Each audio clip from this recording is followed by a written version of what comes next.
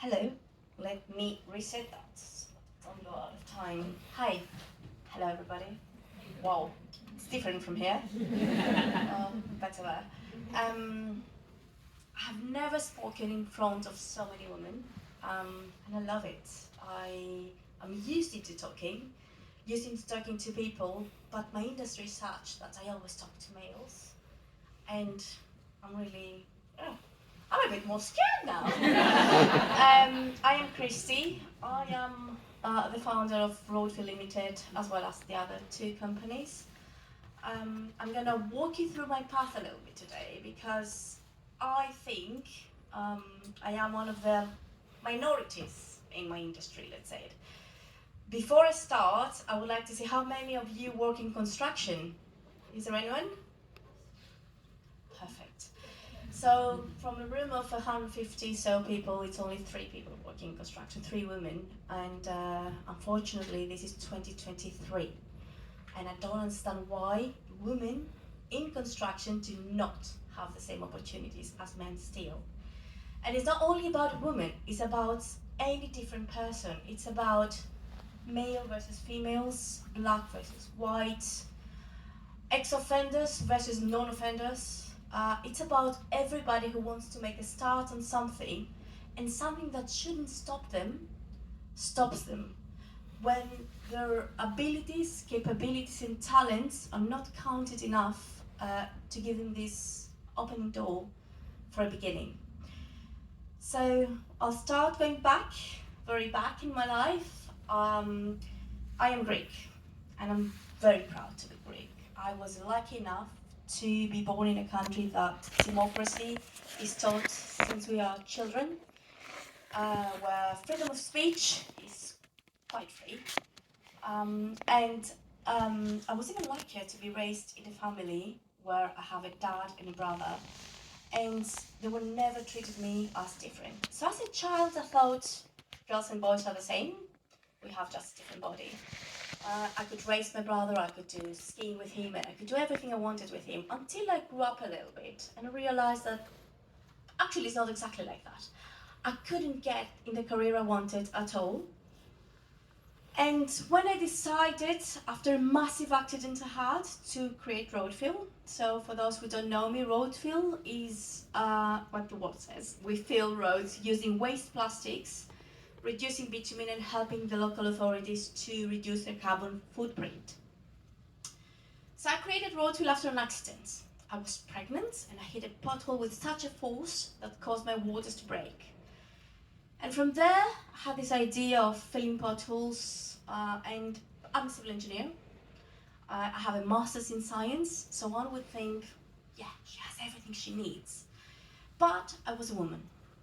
So I started Roadville against every odd. I didn't have the financial background, I didn't have any money at all, I didn't have a penny, but I really believed with passion in that idea. And as an engineer, as a scientist, I thought I could possibly make it.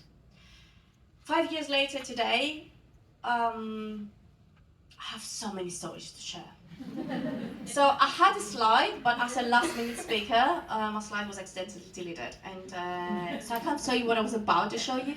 But in the very first corporate video of Roadville, I had my daughter in the video. And yeah, that's the first, the other one is deleted, unfortunately. So I had my daughter there, not because of a marketing tool, but because I had to. I had no childcare whatsoever because I couldn't afford it. I had no family here. So my daughter was behind the video, but we had to stop the video so many times that in the end, we decided to bring her in. After that, when Roadville actually did some R&D and I could knock some doors, I had to go to the meetings with my daughter.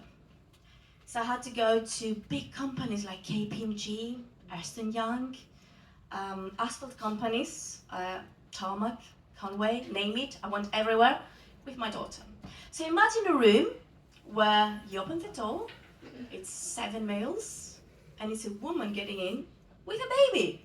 Surprise! Yeah, and of course I could see the question marks in their face expression, and of course they would doubt, and of course they thought, oh, whatever. And I could hear them talking as well sometimes.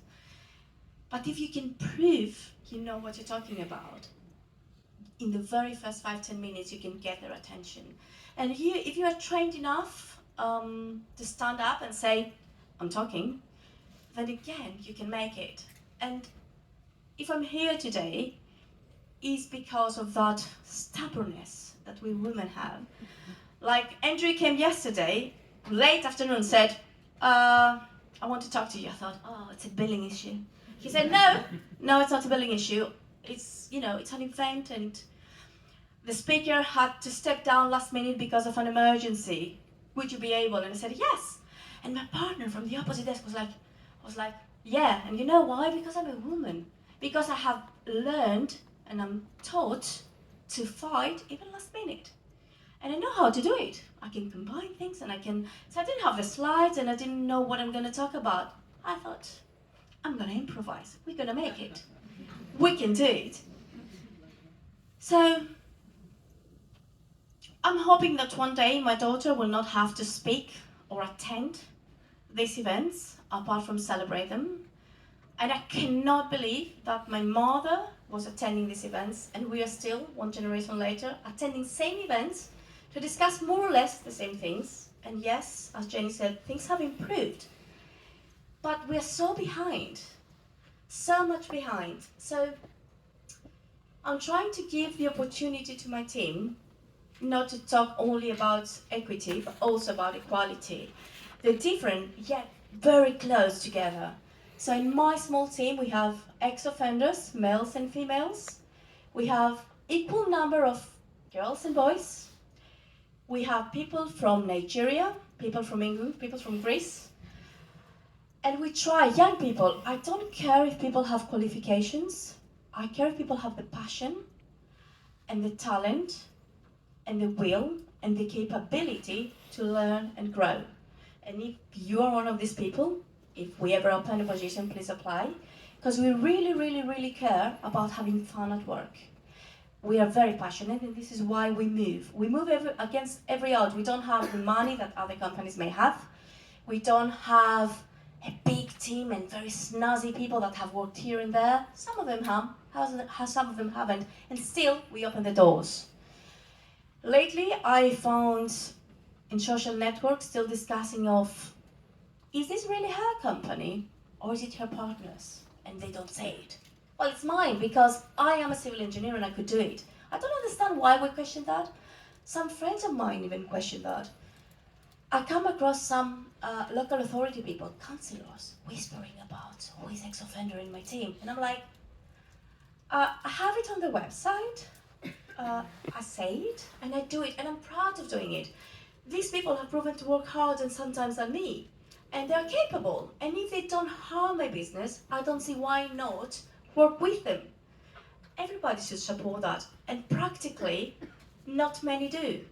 So if I have something to say to all of you, is if you're passionate enough, ignore. Just ignore them and move ahead. Knock their doors. You will get embarrassed the first meetings, then better in the second one, then shocked from somebody, but always behind the curtain, there's something more pretty and more challenging, and hopefully we can help younger people to one day be here and talk. That is something I would really love to see. Thank you. Not that I'm not young.